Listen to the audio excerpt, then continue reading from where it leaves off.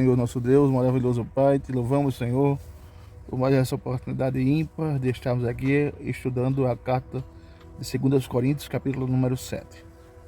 Pai, que nós possamos aprender com a igreja de Coríntios, Senhor, a seguir as orientações que o apóstolo deixou.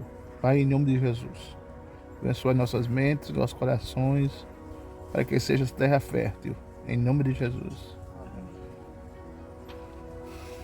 Amados irmãos, a paz do Senhor Jesus, hoje, quarta-feira, dia de estudo, debaixo da árvore voltamos. Minha esposa estava enferma, aí nós demos uma parada, agora voltamos. Hoje, 25 de 2 de 2026. Acompanhe a aula que fala sobre o segundo capítulo o sétimo capítulo de 2 Coríntios, que fala da recepção, do recebimento, da parceria da igreja de Corinto com Paulo, a reaproximação. A palavra é essa, reaproximação. Não é esse trabalho que a senhora vai para uma firma, é empregado, ou vai para um... Não é esse tipo de trabalho, entendeu? Não, se fosse assim a gente estava perdido, né? A gente tinha que sair do mundo. Mas não é esse tipo de trabalho. Pois como é que o certo pode ter alguma coisa a ver com o errado? Porque o crente quando a gente fala de crente, né, essa palavra, crente, são seguidores de Cristo, são pequenos Cristos. Não pode estar envolvendo com pessoas que não são crentes. Não são crentes. Exatamente. É bom dia, boa tarde, pronto. Então assim, mas o senhor faz isso? Bom dia, boa tarde, pronto. É mesmo? Então o senhor já tangeu o povo daqui? Não, ainda não. Tangendo. Muito simples. Tá vendo? Tava com saudade de mim? Tava? Sim. Tava com saudade. Mas o que aconteceu lá para baixo? Quer me ver lá embaixo? O importante, Modão, não é aliançar-se. Não é fazer aliança, não é ter essas pessoas da nossa convivência. Como é que a luz e a escuridão podem viver juntos? Me diga. Não tem como. Aí o senhor pega uma pessoa cheia de demônio, cheia de na minha casa não anda nenhuma pessoa. Aí o senhor bota essa pessoa, esses demônios, dentro da sua casa. Eu prefiro sentado ficar na sua sozinho, mesa. eu e Deus, ó. E aí? Hã? Pois é. Como podem Cristo e o diabo estar de acordo? Tá vendo que não é desse jeito? Aí a gente diz assim, eu sou crente, mas será que a gente está vivendo de acordo com os padrões da palavra de Deus? É verdade. Ou a gente está fazendo, negociando com o inimigo? Não, a gente tem que... Não é bem assim, a gente tem que relevar algumas coisas. Não, é aquilo que eu sempre digo, irmão Adão, mentira é mentira. Não tem negociação. Não existe, não tem negociação, mentira é mentira. O que é que um cristão e um não cristão têm em comum? Me diga. O que é que eles têm em comum? Nada. Que relação pode haver entre o templo de Deus e os ídolos? Pois nós somos o templo do Deus vivo, como o próprio Deus já disse. Eu vou morar e viver com eles. Serei o seu Deus, serei o Deus deles, e eles serão o meu povo. E o Senhor Todo-Poderoso diz: saiam do meio dos pagãos e separem-se deles, não toquem em nada que seja impuro. E então eu aceitarei vocês. Eu serei pai de vocês e vocês serão meus filhos e minhas filhas. Então aqui é muito claro, precisa explicar isso? Precisa? Aqui é muito claro, saiam do meio dos pagãos. Agora do meio é como? Eu moro vizinho a uma pessoa que não é crente. Aí eu vou sair da minha casa porque a pessoa... Não, gente, não é isso. É a gente não ter aliança, a gente não ter convivência, a gente não colocar dentro da nossa casa, a gente não ter intimidade com esse tipo de pessoa. Ainda mais quando a gente sabe que a pessoa é carregada de tudo que não presta. Então assim, a gente pode ajudar uma pessoa que não é... Claro. Olha, ali tem uma casa que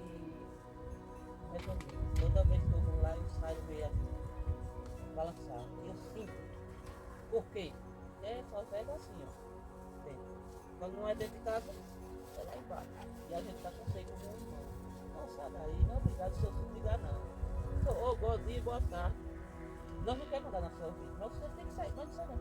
Então, assim, se uma pessoa, quando a gente mora naquele residencial, vocês conhecem, ali tem pessoas que são crentes e tem pessoas que não são crentes.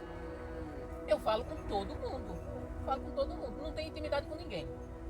Pra não dizer que eu nunca entrei na casa de uma pessoa, esse dia eu entrei na casa de um pastor que mora lá. Mas eu nunca tinha entrado na casa de ninguém dali. E ninguém vai na minha casa. Bom dia, boa tarde, boa noite, ele vai cá. Se precisar, eu sirvo. Ô irmã, bota no grupo lá. Alguém tem uma enxada? Tenho, vem pegar. Tem uma chave? Tenho, vem pegar. Pegou, devolvo. Agora, isso não quer dizer que o cara tá lá, o vizinho da frente tá lá, uma cachaçada lá, som alto e bebendo lá. Aí, boa tarde, irmã, boa tarde. Aceite um copinho, um refrigerante? Não, obrigado. Eu como crente, porque ele me ofereceu um refrigerante. Ou se não, a pessoa. Eu vou chegar lá e sentar na mesa dos escarnecedores, na roda uma do. cerveja pra mim. E aí? E paga? Dizem que não paga não. É muito difícil. Então, assim, então, vocês entenderam o que é que nós não podemos fazer? É, agora, se o meu vizinho, por exemplo, o pastor, quando ele fez a cirurgia, quando a gente vinha no caminho, eu falei no grupo, pessoal, boa noite, eu vou precisar de uns 3 homens para colocar o meu esposo dentro de casa. Quando eu cheguei, tinha uns 5. Entendeu? Então, assim, a gente tem que manter o testemunho de crente, ter uma boa vizinhança, mas isso não quer dizer que eu vou estar de acordo com as obras deles. Isso não quer dizer que eu vou trazer para minha casa porque o irmão ajudou naquele dia. Aí, ó, irmão, não, toma uma cervejinha aqui, ó, dentro de casa. Não, gente, não pode ser dessa forma. Então, a gente tem que colocar na cabeça de que nós somos diferentes, nós somos separados. E se eu ainda não atingir esse nível, eu tenho que atingir, irmão Adão. Eu tenho que me esforçar para deixar de falar como fala o povo do mundo, para deixar de me vestir como se veste o povo do mundo, para deixar de pensar como pensa o povo do mundo, não achar o pecado normal. Hoje em dia o negócio está tão desmantelado que a gente vê o pecado assim na nossa cara, a gente não sente mais nada. De tão desmantelado que está. Ou não é? Porque antigamente quando a gente via 2 homens quer dizer, a gente nunca via, né? E se visse, misericórdia, a gente passava mal. A gente sentia ânsia de vômito. Hoje ficou tão normal, porque na televisão passa direto, que a gente vê assim na nossa cara. Na nossa cara que a gente já não ignora mais. Já normalizou o pecado. A gente tem que ter cuidado com isso, né? Vamos lá entrar no 7. Meus queridos amigos, todas estas promessas são para nós. Quais são as promessas? O 6 continua no 7. Vocês observaram que o 6 continua no 7. Meus queridos amigos, todas essas promessas são para nós. Paulo está fazendo das promessas do capítulo 6. Qual é a promessa? Ele diz assim, ó, Deus diz assim, saia do meio dos pagãos e separem-se deles. Não toquem nada que seja impuro. E então eu aceitarei vocês, eu serei o pai de vocês e vocês serão meus filhos. Então, Deus está dizendo, olha, quando você se separar do que não presta, do que é impuro, aí eu serei seu pai. Porque aí você está dizendo assim, não, para mim precioso é o Senhor, para mim o importante é o Senhor, para mim a prioridade é o Senhor. É dessa promessa que Paulo está falando aqui. Essas promessas são para nós. Por isso, purifiquemo-nos, como ele diz, né? Saiam do meio dos pagãos, a nós mesmos, de tudo que torna impuro o nosso corpo e a nossa alma. Veja que ele não fala só da alma, ele fala do corpo. Porque, irmãos, é automático. Eu não posso purificar a alma e o corpo está impuro. Eu não posso dizer que sou santa de coração só. Não existe isso. Gente, eu não sei se vocês já ouviram falar. Aquela mulher, é uma prostituta ela. Aquela Andressa Urach. Já ouviram falar nela? Já ouviu, né? Pronto. Ela faz filme pornô. Essa mulher transou com o próprio filho. Com o pai também. E com o pai. Já tinha transado com o pai, feito um filme transando com o pai, e agora fez um filme transando com o próprio filho. E o mais absurdo é que o filho disse que se continuasse assim, ele ia se apaixonar por ela. Se ele continuar com ela, ele ia estar apaixonado por ela. Então, assim, aí ela diz que e ainda tem a capacidade de dizer que é crente, que Deus não se importa com isso. Gente, é o próprio demônio. Faz você não? Então, assim, como é que uma pessoa dessa diz, tem a mente ainda que é uma pessoa pura? Não é. Então, assim, como é que você diz que não, eu tenho um coração puro. É mesmo, é. Mas aí eu vou pra igreja nua. Eu vou pra igreja de mini saia, um shortinho, que eu chamo de calcinha, né? Então, como é que eu sou pura? Como é que eu tenho o espírito voltado para Deus? Não é. Se o Espírito Santo habitar em mim, eu vou me sentir mal. Eu posso até não me sentir mal automaticamente quando eu saio do mundo, né? Quando eu tenho, aí o Espírito Santo vai trabalhar em mim, mas vai chegar o dia em que eu vou colocar aquela roupa e vou me sentir? Não vou conseguir vestir. Eu digo porque aconteceu comigo. Eu vestia as roupas que não era adequado para ir na igreja, mas eu achava que era. Mas quando o Espírito Santo abriu meus olhos, não teve quem fizesse mais eu vestir aquelas roupas. Então, assim, nós temos que purificar o corpo e a alma. Olha só, esse primeiro versículo do 7, ele nos conecta diretamente com as promessas do versículo 6, como a gente já viu, né? Então, nós aprendemos que não basta ter sido lavado uma vez. Nós precisamos nos lavar diariamente, irmã Adriana. Todos os dias, é um processo, todos os dias. Nós fomos justificados quando aceitamos Jesus. Mas nós ainda estamos no processo de santificação. E no processo de santificação, todos os dias eu tenho que me arrepender. Todos os dias eu tenho que aceitar Jesus de novo. Todos os dias eu tenho que me lavar. Então, assim, não é um ato e acabou. Se fosse assim, o irmão Adão ainda não tá, já tinha deixado de falar palavrão. Não é, irmão Adão? Como é que eu faço? Você não fala, você fala, sabe? Se pensa assim. Nem é bruto, sabe? Eu fechei a boca, ó. Tem eu acho que é um salmo, né, pastor? Que diz que pede para que o Senhor coloque guarda na sua boca. Provérbio. É provérbio, é? Mas, irmão, é porque o Senhor geralmente fala quando o Senhor está com. O Senhor fala quando o Senhor está nervoso. Então, quando o Senhor estiver assim, o Senhor não fala, o Senhor fala assim. Respira. Bota uma aguinha na boca e O Senhor faz assim umas 10 vezes. Aí quando o Senhor vê que. Aí o Senhor vai pensar antes de falar. Então, assim, é um processo. Então, todos os dias, o Senhor é crente, irmão Antônio. Aí o Senhor sabe que o Senhor falou palavrão. O Senhor falou. Aí o Senhor, depois que o Senhor falou, o Senhor vai dizer o quê? O Senhor vai dizer o quê? Coloca a guarda na minha língua, para que eu não fale mais. Me ajuda, Espírito Santo. O Senhor vai orar a Deus, reconhecendo o seu pecado e pedindo perdão. E pedindo ajuda para vencer esse pecado. O Senhor acha que nós não temos também dificuldade? Claro que tem. Essa semana mesmo eu sou sanguínea. Então, assim, eu sou muito. Como é que sanguínea é assim, aquela pessoa que é muito. Quando vê já tá fazendo as coisas. Quando vê já tá falando. Quando vê já tá. E eu tava. Foi essa semana não, foi. Acho que foi sábado, não foi, amor? Acho que foi sábado. Eu tava lá tentando ver uma coisa no computador e o negócio subiu de lá e aquilo me subiu sabe? Me subiu uma ira. E eu joguei o celular na cama. Então, assim, eu preciso vencer isso. O nosso maior inimigo somos nós mesmos, não é o diabo não. O diabo já está vencido. O diabo está longe. Quer dizer, longe assim, ele não está dentro de nós. Agora nós. ele está rodeado ali. Agora nós. Sim, irmã Maria, mas o diabo só usa aquilo que nós temos. Ele não vai colocar para o irmão Adão uma coisa que não tem de ele. Então, ele só extinga, só mexe com aquilo que já está dentro de nós.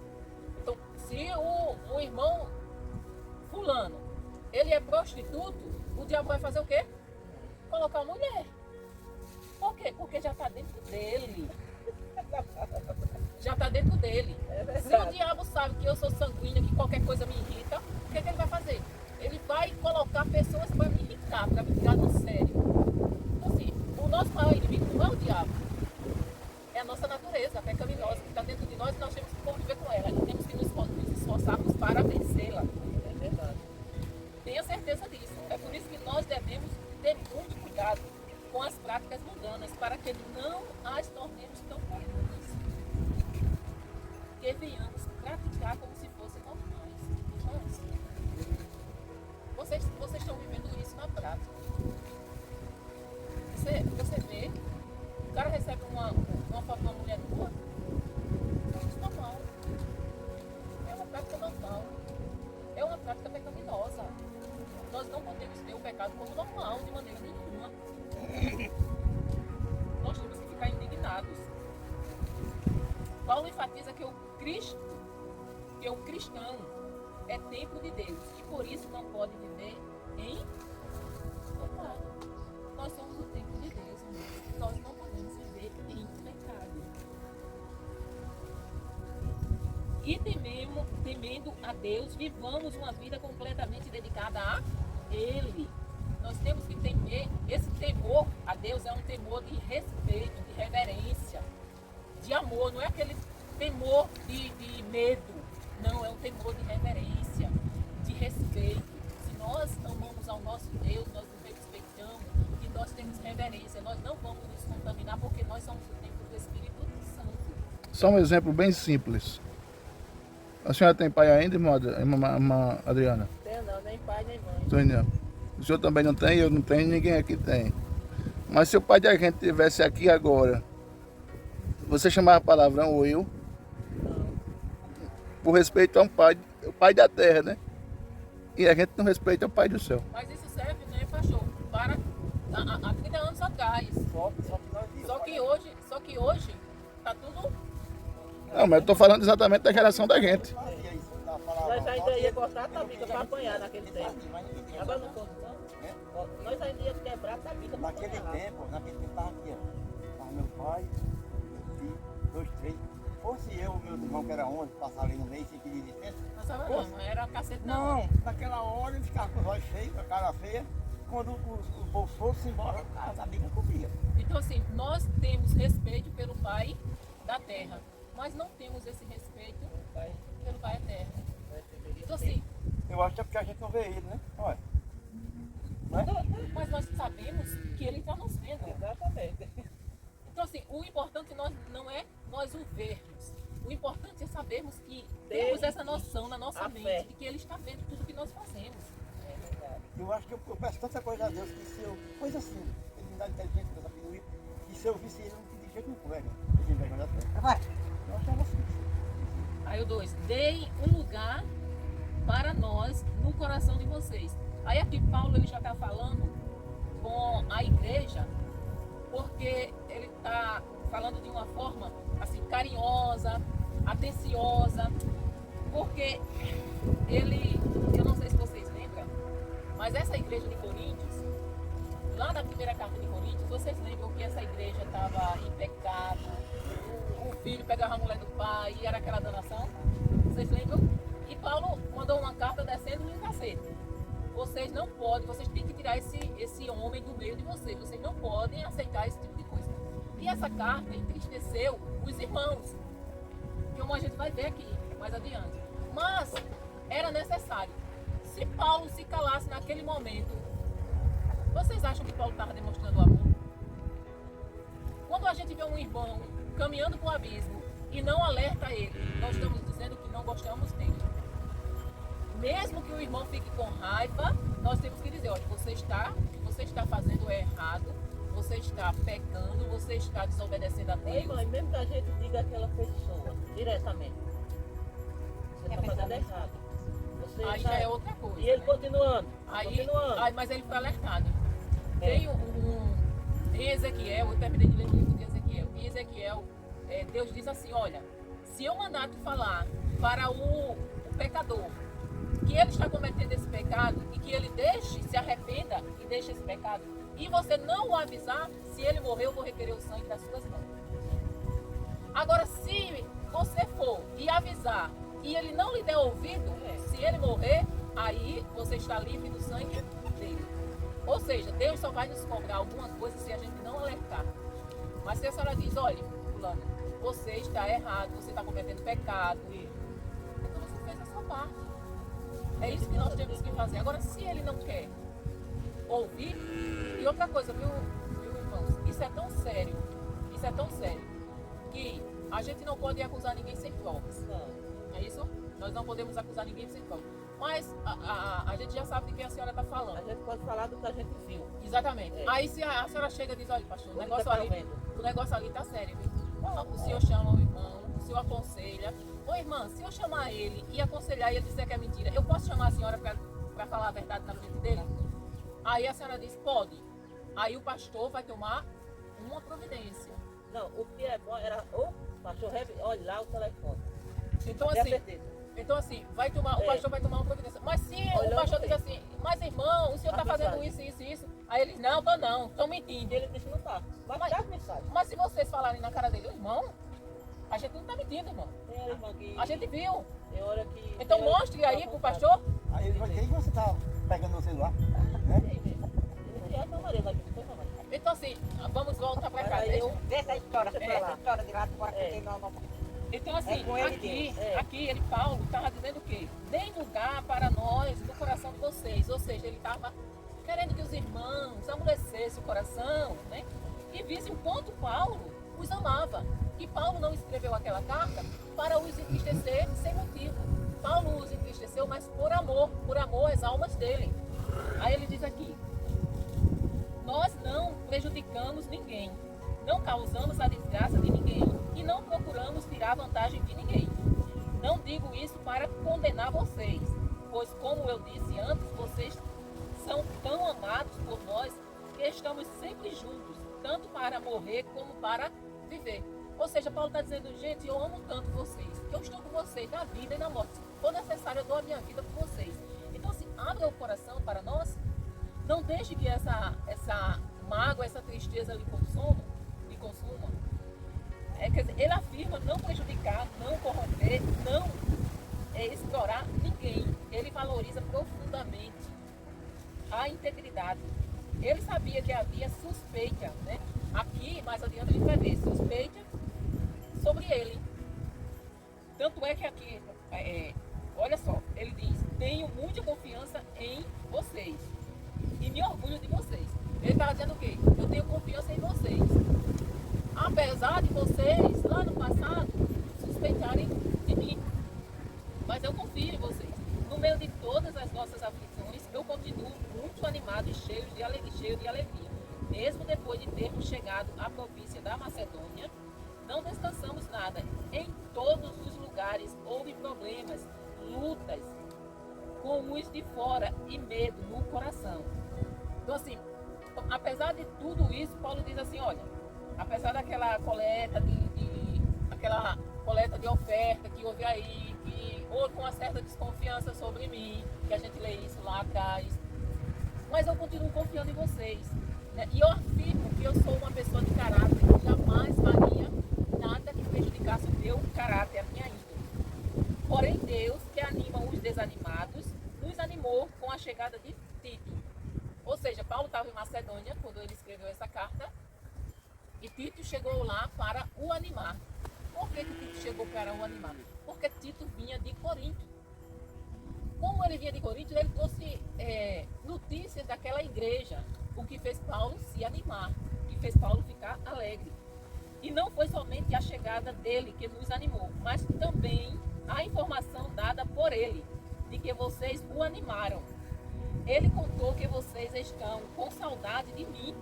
Olha só, um pastor que foi mal entendido, mal interpretado, que os irmãos ficaram com raiva, que os irmãos ficaram tristes. Esse pastor estava como? Muito triste. Né? Mas quando o outro irmão chegou e contou que se a igreja está muito bem, Paulo, a igreja está crescendo, os irmãos sentem saudade de você, aquele mal-estar não existe mais, Paulo ficou muito feliz com isso. Ele contou que vocês estão com saudade de mim e disse que estão muito tristes e estão prontos para me defender. Por isso, agora,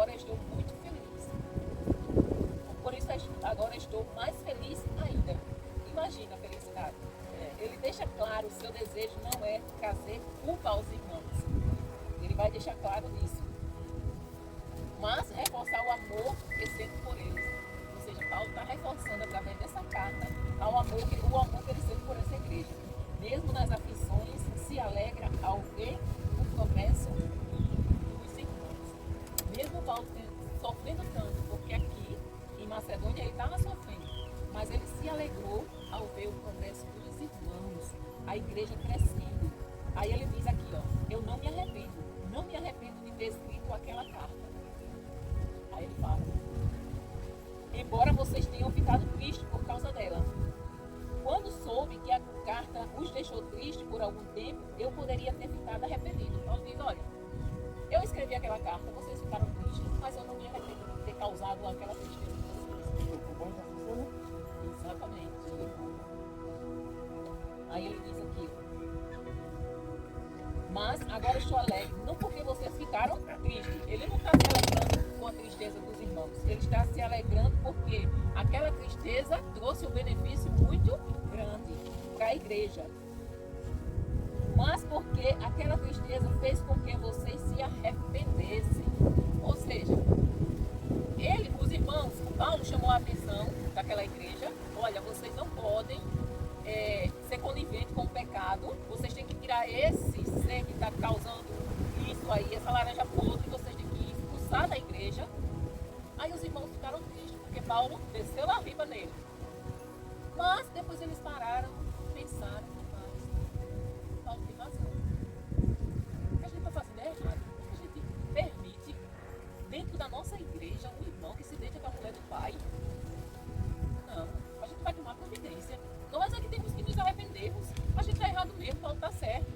Então, essa tristeza que eles sentiram produziu um arrependimento. Irmãos, quando nós temos o Espírito Santo, se nós fizermos alguma coisa de errada, a gente sente uma tristeza profunda. Porque nós desagradamos. Só de você pensar fazendo, já sente que não deve fazer. A gente já sabe. Por quê? Porque o Espírito Santo, ele se entristece. Ele... Gente, é porque vocês não têm, assim, eu não sei se vocês têm essa noção, mas o Espírito Santo é uma pessoa que ele sente tristeza, ele sente amor, ele sente saudade. É uma pessoa.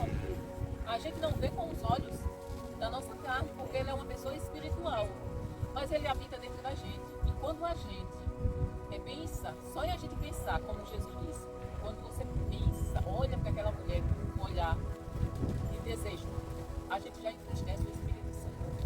Então, como a gente entristece ele, o nosso espírito fica triste também. Se o nosso espírito não fica triste, é porque a gente está sendo conivente com o pecado, está gostando do pecado.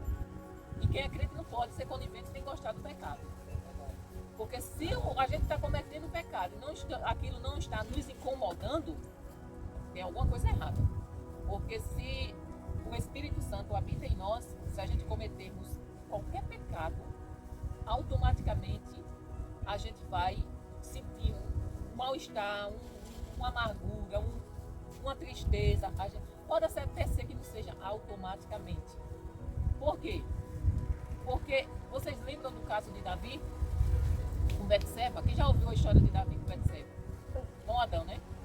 A senhora lembra, irmã Adriana, do caso de Davi com Betseba? Que Davi mandou o povo ir para a guerra, os soldados ir para a guerra. E naquela época, os reis acompanhavam os soldados para ir para a guerra. O rei não ficava no palácio, não. Mas Davi achou por bem ficar no palácio. E o que foi que aconteceu? Aquele ditado que diz, mente vazia é a oficina do diabo, né? E o rei estava lá passeando no seu terraço e viu o quê? Betseba tomando banho. Uma mulher bonita, né, atraente. Aí o que foi que Davi fez? Mandou alguém chamar a mulher. E naquela época, gente, a mulher não podia dizer não. Não é que Betseba era safada, não. O problema é que se o rei chamasse, o rei poderia chamar qualquer mulher. E se ela dissesse não, ela estava sujeita a morrer. Então Betseba vai, o rei possui a mulher engravida. Agora, o rei sentiu? Não. O rei engravidou a mulher, matou o homem da mulher e não estava nem aí, estava tudo tranquilo. Quando foi que o rei veio perceber o pecado que ele cometeu?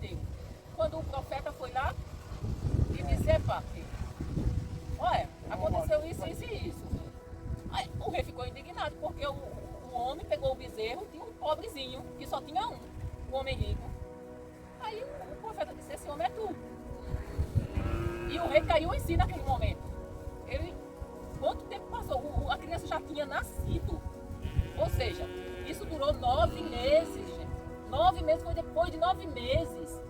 Talvez um ano. Depois de um ano que o rei veio cair em si e se arrepender do pecado. Mas porque alguém alertou ele. Se Deus nunca tivesse mandado o profeta, até hoje Davi estava lá com o pecado, sem se lembrar que era pecado. Fazendo amor. Olha, amor. Então assim, nós devemos ter muito cuidado com isso. Que é onde? No 8 foi? Foi no 10? Quer dizer, Paulo, ele reconheceu que a carta que ele escreveu causou tristeza. Mas essa tristeza foi positiva. Existe tristeza que é positiva. Nem toda tristeza que nós sentimos é negativa. É um sofrimento que vai nos causar mal. Não. Essa tristeza aqui, esse sofrimento que ele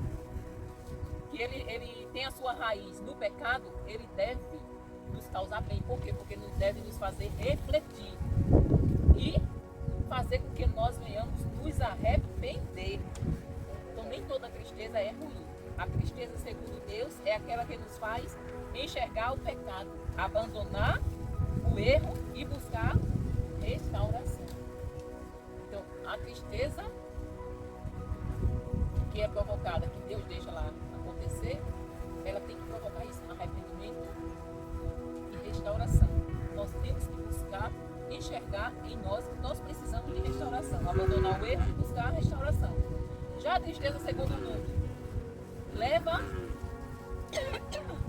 ao remorso, desespero e a morte. Aí a gente vê a diferença. Remorso não quer dizer arrependimento.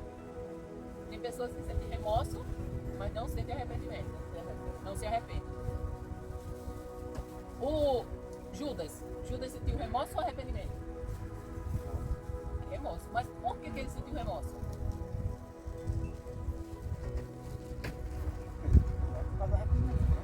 Não. Ele sentiu a diferença de Judas para Pedro. Pedro não cometeu o mesmo pecado, não foi? Pedro cometeu o mesmo, ele também traiu Jesus, Pedro. Que não é uma traição, não? Alguém chegar aqui e dizer assim, você conhece o irmão Adão? Eu digo, não conheço não, nunca ouvi falar, não é uma traição, não? Hein, Ronda? Eu conhecendo o senhor? Negar uma pessoa não é uma traição, não? Pedro não cometeu o mesmo pecado que Judas. Traiu o mestre. Mas Pedro, ele chorou amargamente e se arrependeu. Judas não. Judas, ele chorou amargamente, mas ele sentiu remorso. Ele não se arrependeu, porque se ele tivesse se arrependido, ele tinha feito igual Pedro, não tinha tirado de sua vida. Então, a diferença do arrependimento é que o arrependimento gera vida, o remorso gera morte. A tristeza, segundo o mundo, gera morte. A tristeza, segundo o mundo, gera remorso. A tristeza, segundo Deus, gera arrependimento, gera vida. Então, vocês entenderam aí a diferença de uma para outra? Não me arrependo, eu já li esse, foi?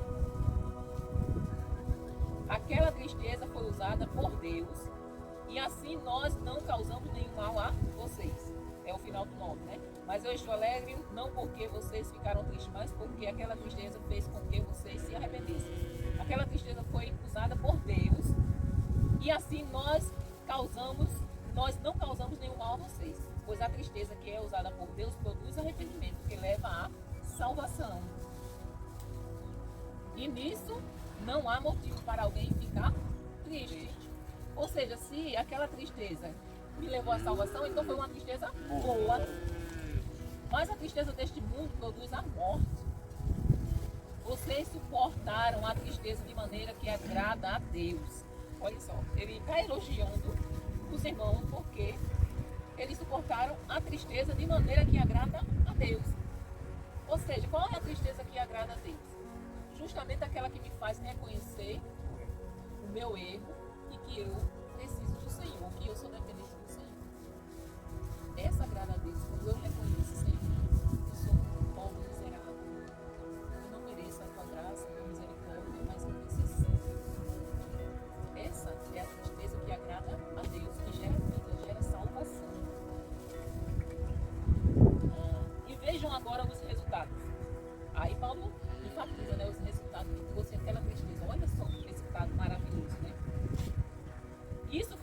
vocês levassem a sério o assunto e resolvessem se defender. Mas também com que vocês ficassem zangados e com medo. Gente, o medo, de certa forma, ele é bom. Ele não é ruim, o medo. De certa forma, ele é bom. O medo, ele serve para nos alertar do perigo, para nos parar.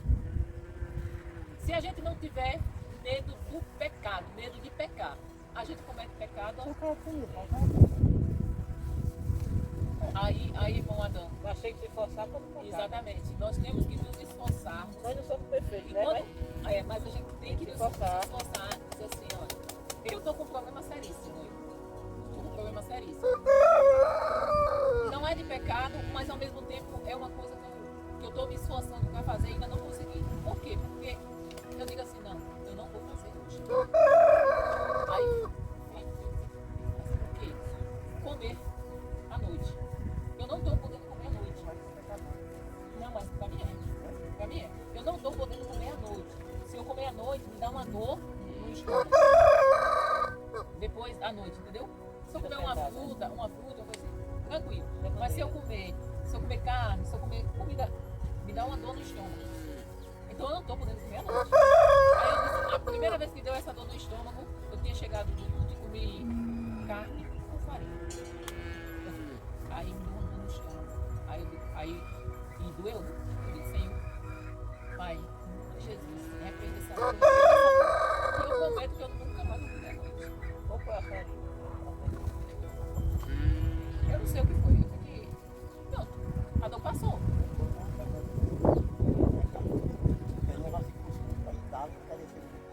Não, eu fiz os exames e não tenho gastrite. Eu fiquei boa. E lá pra cá eu tenho travado uma luta terrível pra não comer à noite. Então assim, quando a fome vem, que eu olho pra panela, eu tenho que lembrar de quê? Eu prometi a Deus que eu não ia comer à noite. Então eu tenho que ter medo de desagradar a Deus, gente. O problema é que a gente não tem medo. A gente tem que ter temor. A gente tem que dizer, caramba, pode acontecer o que aconteceu. Eu posso cair duro aqui de fome, mas eu não vou comer.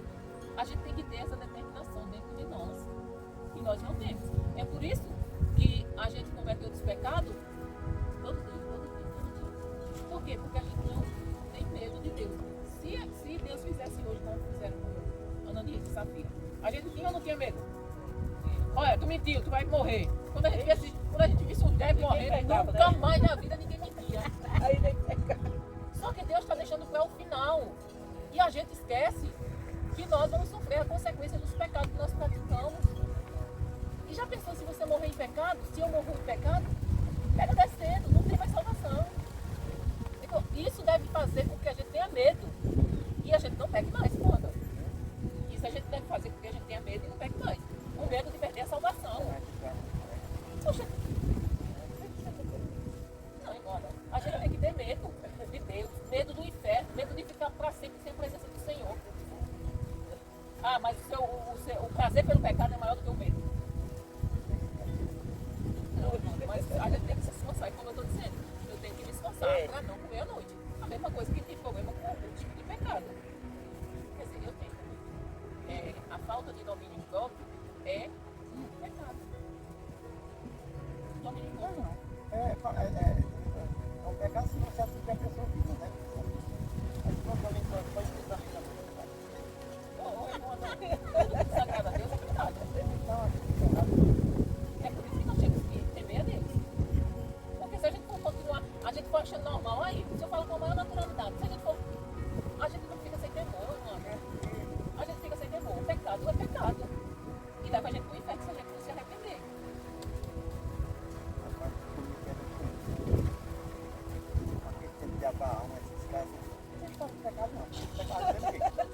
Não, o cara tinha 50 mulheres, eu tinha 60. Outro 3 anos. Davi mesmo ia pra uma luta, matava o povo e ainda roubava as coisas do povo. Espera aí. Davi não matava o povo, roubava não. Ele não fazia isso não? Roubava. Essa história de dizer, como é que chama? Irmão Adão. Deixa eu ver se Na guerra, quem ganha a guerra... Aí carrega a coisa do outro. Exatamente. Ah, é assim, né? Claro que é. Ah, então Um essa país- história que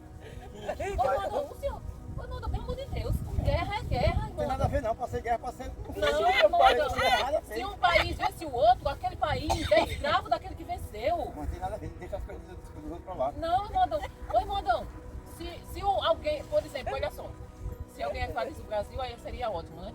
Porque a gente ia ficar livre. A gente ia ficar livre. Mas vamos lá, a Venezuela. A Venezuela tinha um ditador lá. A Venezuela tinha um ditador lá. Viu? O ditador de lá, ele estava oprimindo o povo, estava na miséria. Aí os Estados Unidos veio e disse assim, olha, aí tem um cartel de drogas e eu vou destruir. Ou vocês me dão os traficantes, ou senão eu vou entrar e pegar a força. Se ele venceu a guerra, ele pegou o ditador e levou. Um cara que, o ditador sabe o que é, né? O povo daquele lugar era obrigado a fazer o que ele queria. Então o povo ficou em liberdade. Se os Estados Unidos, porque os Estados Unidos não veio para tomar o país, ele veio para libertar o povo só, e deixou o país. Mas se os Estados Unidos entrasse numa guerra com ele e fosse vencedor da guerra, a Venezuela ia pertencer aos Estados Unidos, com tudo que tinha dentro. Então o vencedor da guerra é o dono de tudo que tem naquele lugar, não é roubo. Isso é desde o princípio, desde o início, irmão Adão. Irmão Adão, o senhor tem que ler a Bíblia com outros olhos, o senhor tem que entender que quando Deus permite alguém vencer a guerra, que Deus venceu a guerra, quando Deus venceu Jericó, ele matou todo mundo, ele exterminou todo mundo. Sabe por quê, irmão Adão? Para que o povo dele não se contaminasse, porque aquele povo era ruim, não valia nada. Aquele povo adorava outros deuses, sacrificava crianças. Aí o senhor acha que Deus deveria deixar um povo desse? Então assim, nós temos que entender, não é que lá atrás o povo tinha o direito de fazer e Deus não fazia nada não. Quem disse que Deus nunca fez? O senhor já leu como o povo de Israel sofreu? O senhor já leu? Era papai pesando a mão. Era papai, ó, dando lapada. Então o povo de Israel pecava, mas Deus castigava. Deus mandava o juízo para eles. Deus nunca deixou ninguém impune. Esse negócio do Senhor dizer, Salomão teve não sei quantas mulheres, mas o Senhor já viu o que ele amargou na vida dele por causa da desobediência? Da desobediência, porque Deus disse, não tome mulheres estrangeiras. Ele foi lá e fez exatamente o que não era para fazer. Então assim, as consequências vêm, gente, tanto no passado como hoje.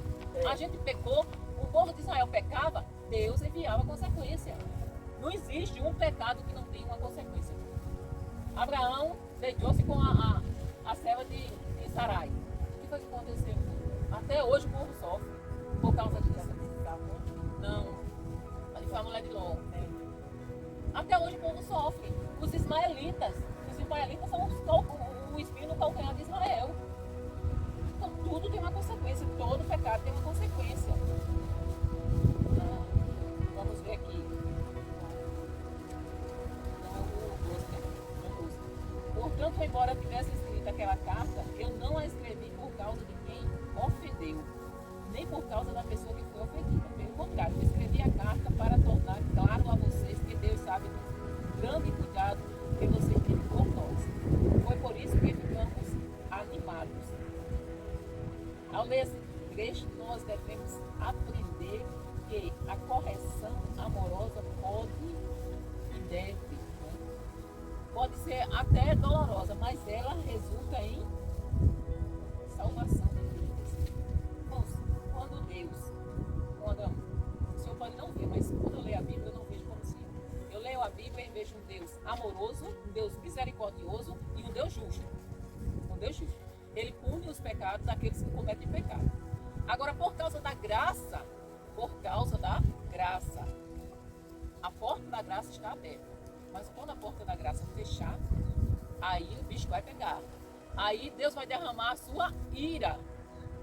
Então assim, nos tempos atrás, Deus punia, naquela época.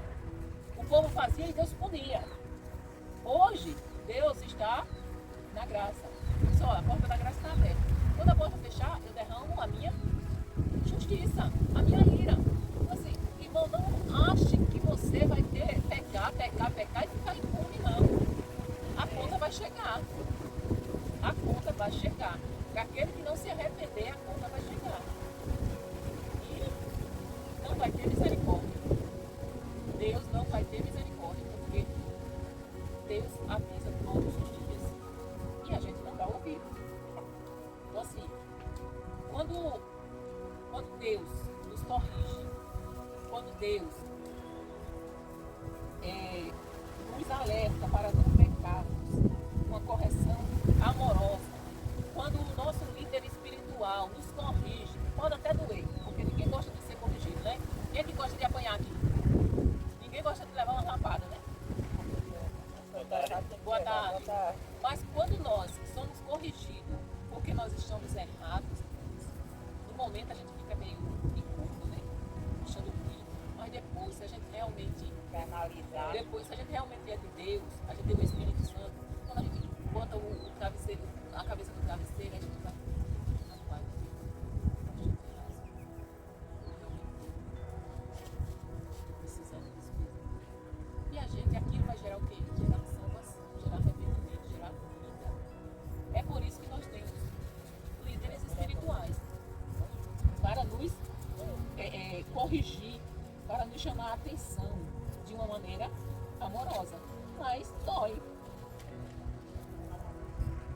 Foi por isso que ficamos animados, né? Além do ânimo que recebemos, ficamos mais contentes ainda vendo a alegria de Tito, pois todos vocês o têm ajudado a sentir-se bem. Eu havia falado muito bem de vocês a ele, e vocês não me desapontaram. Temos sempre dito a verdade a vocês. Assim também é verdadeiro o elogio que fizemos a Tito a respeito de vocês. Ou seja, Paulo falou bem da igreja de Coríntios, para Tito, né? E também falou bem de Tito para a igreja de Coríntios. E o amor dele por vocês cresce cada vez mais, quando ele lembra como vocês todos estavam prontos para obedecer e como receberam com humildade e respeito. Estou alegre por poder confiar completamente em vocês. Vocês vejam, irmãos, como foi que essa igreja demonstrou para Paulo que gostava dele, que o amava, que respeitava, que tinha consideração por ele. Também, irmão Adão, mas teve uma atitude que eles tiveram, que eles demonstraram isso. Quando eles receberam Tito foi enviado por Paulo para Corinto. Eles demonstraram alegria, receberam Tito. Por quê? Porque eles tinham consideração por Paulo. Eles respeitavam Paulo. Eles tinham amor por Paulo. E eles demonstraram isso como eles trataram Tito. É a mesma coisa. O senhor precisa de Pronto, como a irmã Adriana, vou usar o exemplo da irmã Adriana. A irmã Adriana naquela época estava precisando de um médico lá em Maceió. O que foi que eu fiz? Eu falei com uma amiga minha lá para hospedar ela. Foi bem tratada, irmã Adriana? Foi, bem tratado. Mas a irmã Adriana foi bem tratada por quê? Porque fui eu que pedi para minha amiga. Exatamente. Então aquela minha amiga estava dizendo, olha, eu gosto tanto da Tânia que eu vou tratar bem a irmã Adriana por consideração. Francisca. Eu vou tratar bem a irmã Adriana por consideração a Tânia. Então foi uma forma de aquela igreja demonstrar o amor que elas tinham, o respeito, a consideração por Paulo, tratando bem o enviado dele. A igreja que antes havia entristecido Paulo, agora se tornava motivo de alegria. Eles receberam Tito com temor e tremor, ou seja, com respeito e reverência. Isso confirmou que a mudança era real. Ou seja, eles mudaram realmente. Então Tito comprovou isso. Não, Paulo, essa igreja foi completamente diferente. Essa igreja, ela realmente se arrependeram e mudaram de atitude. Receber Tito era uma forma de honrar Paulo e restaurar o relacionamento. Então assim, receber a Tito foi dizer assim, olha Paulo, nós estamos honrando você, tratando bem a pessoa que você nos enviou. Vocês têm alguma dúvida? Este capítulo nos ensina que viver o Evangelho exige o quê? Viver o Evangelho exige o quê? O que foi que nós aprendemos? Para viver o Evangelho nós precisamos de quê? Sabedoria e ter um coração aberto ao arrependimento e disposto a restaurar relacionamentos. Irmão, eu tenho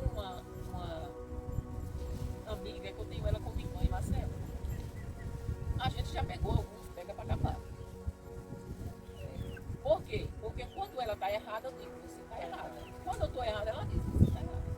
E às vezes a gente não quer aceitar. E a gente acaba brigando. Mas o nosso relacionamento nunca mudou. Ela tem toda a liberdade de falar o que quiser comigo e eu tenho toda a liberdade de falar o que quiser com ela.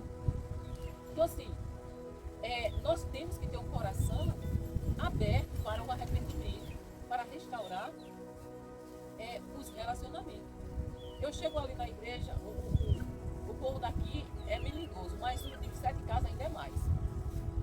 7 casas ainda é mais. Ontem, eu não sei nem. A senhora foi do Natal? A senhora foi do Natal? A senhora não foi do Natal? Do Natal, ou da manhã? Não foi não, né? Ah, o senhor foi pra lá, foi. Do Natal foi não. Qual foi o dia que você Fui no dia 12, no dia 14, que teve aquele evento. Foi. Eu falei assim, geralmente quando tem alguma coisa, eu geralmente falo no microfone, depois que terminou o culto, né? Antes de servir, eu disse, olha gente, o que tem é arroz, o arroz tem verdura, o arroz tem queijo. Então se vocês não quiserem, não peguem. Por quê? Porque se vocês sabem, eu estou dizendo que o que tem, se vocês sabem o que tem e pegam para jogar fora, não façam isso. Porque eu vou ficar muito triste quando eu vejo um monte de comida no lixo. Aí eu até brinquei assim, né? Pense na raiva que me dá quando eu vejo um monte de comida. Dá vontade de eu pegar no pescoço. Eu falei brincando, né? Aí o povo já foi. levaram pro outro lado? Já foi levado pro outro lado. Então assim, a gente, às vezes a gente fala coisa que para a gente é normal. Mas as pessoas se doem com tudo, né? E mesmo as pessoas se doendo, a gente tem que. A gente não cometeu nenhum pecado, mas a gente tem que chegar e dizer, não, eu estava errado, me perdoe, aquela coisa toda, né? Para restaurar o relacionamento, para não deixar esse relacionamento quebrado. Então, nesse capítulo, irmão Adão, por incrível que pareça, irmão Adão, o senhor tira daí os olhinhos daí, tira os olhinhos daí, o senhor escuta o que foi que nós aprendemos com esse capítulo. Tá? Depois o senhor diz, eu não lembro. Olha, nós aprendemos sobre a santidade. Não aprendemos ou não? O senhor lembra que lá no começo eu falei que nós tínhamos que separar? Nós aprendemos que a santidade é a santidade é o quê?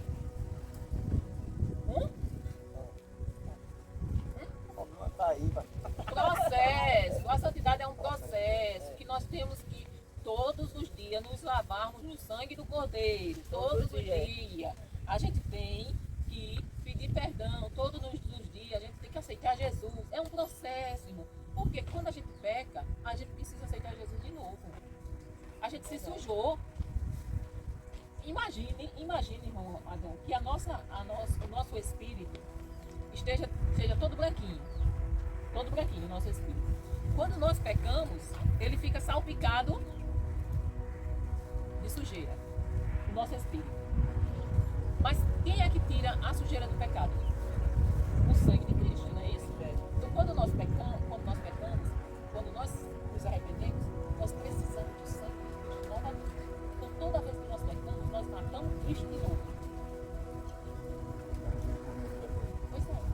Então, diante disso, que o Senhor sabe que toda vez que o Senhor peca, o Senhor está matando, sacrificando Cristo de novo, porque o Senhor precisa do sangue do Cordeiro para limpar o pecado. Então, qual é a nossa consciência? Epa, eu vou me esforçar, eu prefiro morrer do que pecar. Eu vou me esforçar para não pecar, porque eu não quero causar essa tristeza em Deus. Eu não quero causar essa tristeza em Deus, dele ver o sangue do Filho dele derramando novamente por minha causa. É isso que nós fazemos com Jesus quando nós pecamos. Então, se eu leio a palavra, eu sei da palavra, e eu tenho essa consciência, eu vou dizer, não, eu vou me esforçar. Eu vou me esforçar para não pecar. Nós aprendemos também que integridade importa. Paulo, ele zelava muito pela integridade dele. Integridade é o quê?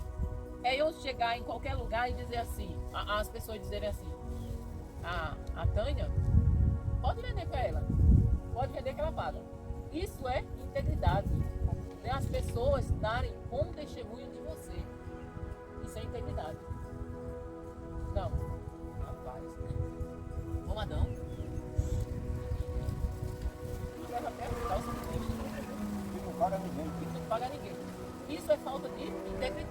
Gente, não confie no irmão Adão, deixa esse dinheiro com ele não, porque deixou, ele vai gastar.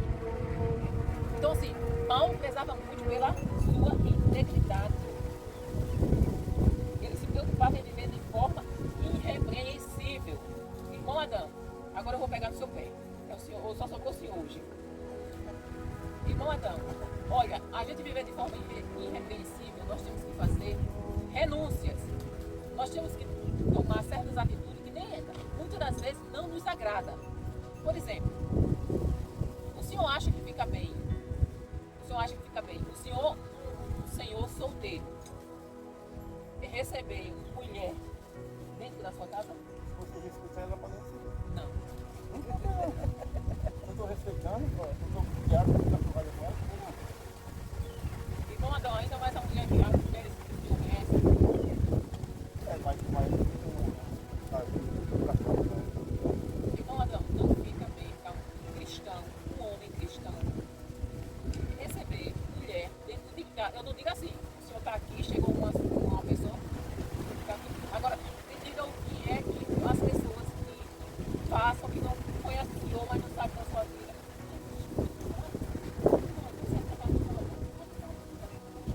É dele, é? Se a mulher estava varrendo minha casa, limpando minha casa, estava nos meus pratos. Aí é outra coisa, ela está fazendo serviço na sua casa. Eu não estou falando desse sentido. Eu estou falando do sentido de aquela pessoa chegar e entrar na sua casa. E aí, Adão, tem uma comidinha aí, Adão? Faça, tem para fazer, faça para ver. Irmão Adão, olha, Deus tem sido tão bom que o senhor ainda não caiu na mão do diabo.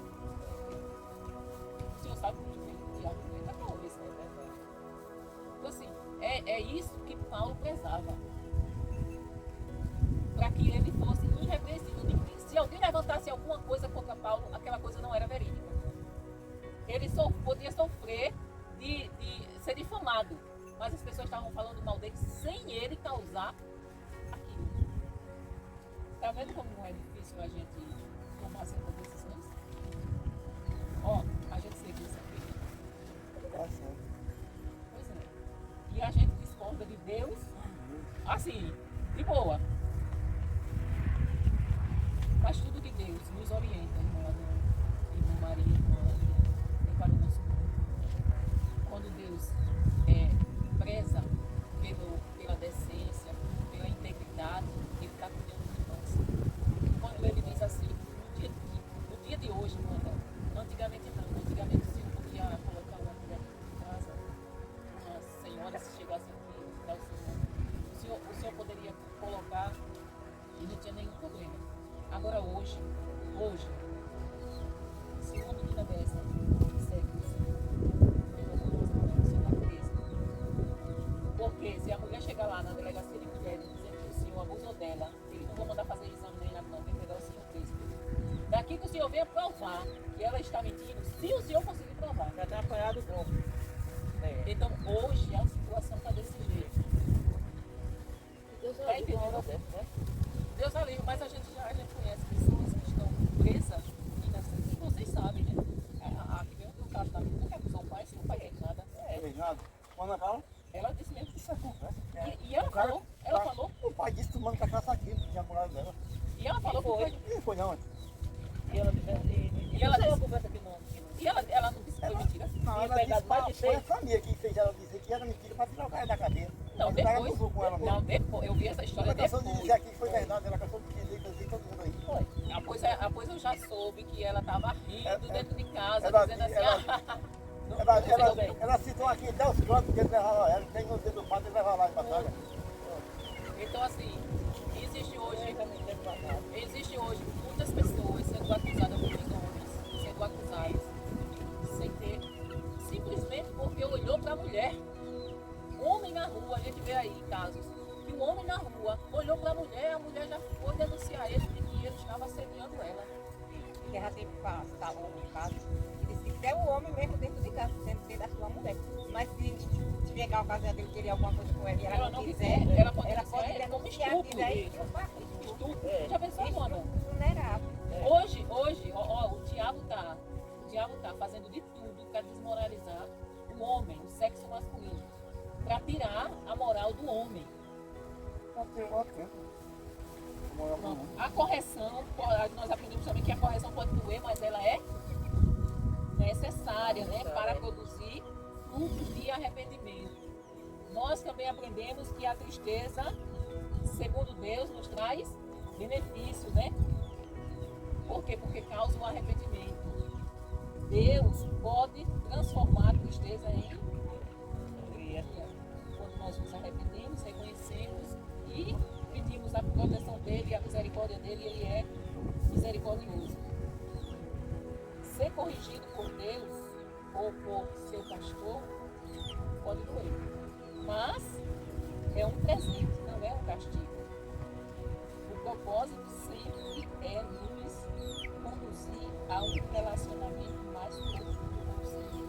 Então, quando o nosso pastor aqui na terra, ou o nosso pastor lá do céu, ou quando o nosso pastor lá do céu usa o pastor daqui na terra para nos corrigir, ele não é porque ele está querendo o nosso mal, ele está querendo o nosso bem, e nos conduzir a um arrependimento e um relacionamento mais profundo com Deus.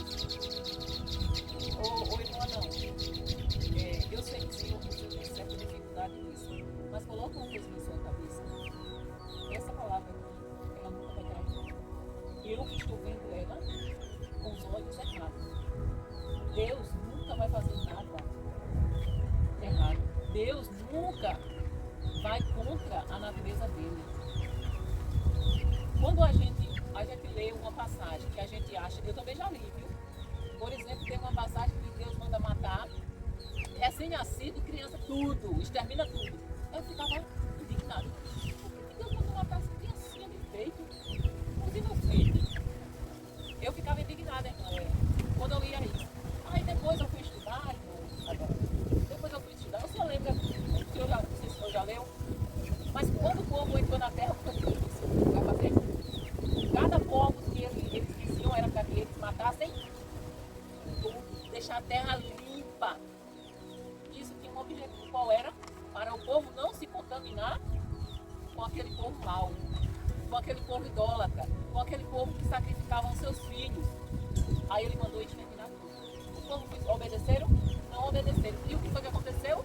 Eles deixaram o povo vivo e o povo, eles se contaminaram com o povo. Porque daqui a pouco eles estavam fazendo o povo casava com a mulher, e lá a mulher casa e aos ídolos. Daqui a pouco o povo de Israel estava queimando seus filhos no fogo, sacrificando ao Deus Moloque, aos ídolos dele.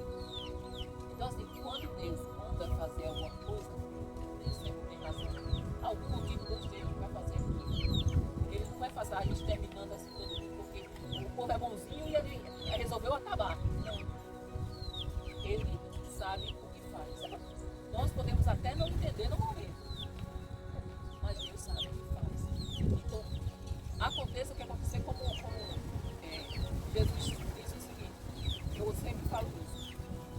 Não se preocupe com o que você há de comer, há de vestir, com o dia de amanhã. Não fique ansioso. Aí o que é que o ser humano faz? Que nada. Deus falou isso, mas isso não é possível não. Aí, dando preocupação. Aí, dando preocupação. Aquilo causa um mal, eu me preocupando com uma coisa que ainda não aconteceu e não sei nem que vai acontecer. Aí quando eu digo assim, rapaz, eu coloco esse versículo em prática, essa passagem eu coloco em prática. Eu não estou nem aí para o que vai acontecer. Aí as pessoas dizem, tá vendo que isso é que tu tá mentindo? As pessoas dizem que eu estou mentindo porque eu digo que não me preocupo. Gente, a palavra diz pra gente não se preocupar. Como é que eu posso estar errada? Ei, irmã, ou eu creio ou não creio isso aqui. Mas é que são um pastor de história. Disseram que Jonas foi engolido por uma baleia. Disseram não, parece que Jonas foi engolido por uma baleia, não, por um grande peixe. Por um grande peixe. Se tivesse escrito que Jonas engoliu um grande peixe, eu acreditava? Não acreditava, eu falei que eu não engolia. Por quê? Para Deus isso é impossível? Engoliu o peixão? Sim, para Deus isso é impossível? Eu acho. Ô, irmão, milagre tem lógica? Que milagre, como é que eu vou engolir um boi aqui? Milagre tem lógica? Não, pra isso Milagre tem não. lógica? Não, pra isso não, esse milagre não. Não é? Oxe, eu engoli uma vaca? Ah, então se tivesse escrito aqui, aí o senhor, se tivesse escrito aqui, o senhor não acredita? Não, eu vi no tem lá? Mas e por quê? E por quê? O grande peixe, a garganta dele, o que passa é uma sardinha. O peixe tem uma boca. Não. Pesquise. A baleia, o que ela consegue passar na garganta, na goela da baleia, é uma sardinha. E aí? Como foi que passou, Jonas, no lugar que só passa uma sardinha? Aí o senhor não vai crer, por causa disso. Hein, irmão? Ô, irmão Adão, fé é decisão. É a mesma coisa de amor. Amor, eu decido amar. Fé, eu decido crer. E não tem explicação. Tem que decidir com a lógica. Não, com a lógica não. Eu decido crer que essa palavra é verdadeira. Mesmo que eu não consiga alcançar os pensamentos de Deus, eu não vou conseguir nunca. Deus é um Deus do impossível.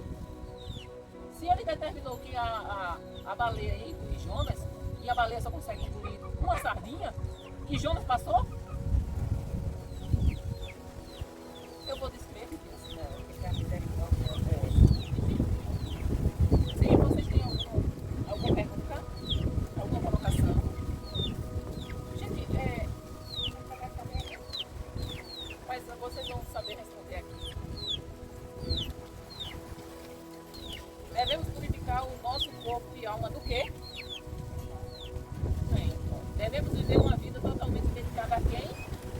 Deus. Quem chegou e deixou Paulo animado?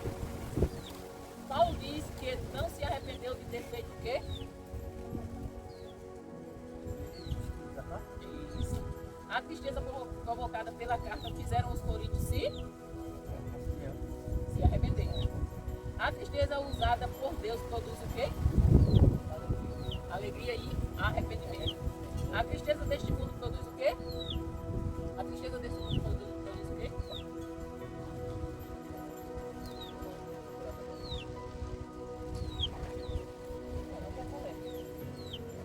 Morte. Como a igreja de Corinto recebeu o título? Paulo fala que recebeu o título com honra, com alegria, com prazer. Paulo fala que está alegre por poder.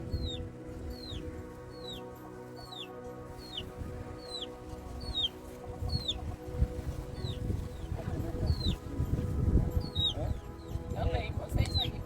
Qual a lição que você aprendeu nesse capítulo? Aí é que você escreve com a sua palavra. Pastor? Estou vendo.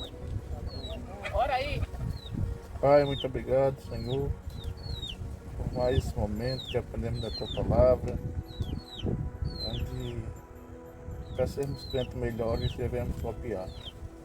Pai, em nome de Jesus, nos faz, Senhor, pessoas de qualidades espirituais. Ainda está orando. Pai, nos ajuda, em nome de Jesus. Amém. Amém. Vocês sabem o que aconteceu com a Tati? Eu não sei, eu sei que eu vi o marido dela passou, era 5 da manhã. Ela vai se mudar de volta lá. Vai se mudar de novo? Ela comprou uma casa? Foi? Tá na casa?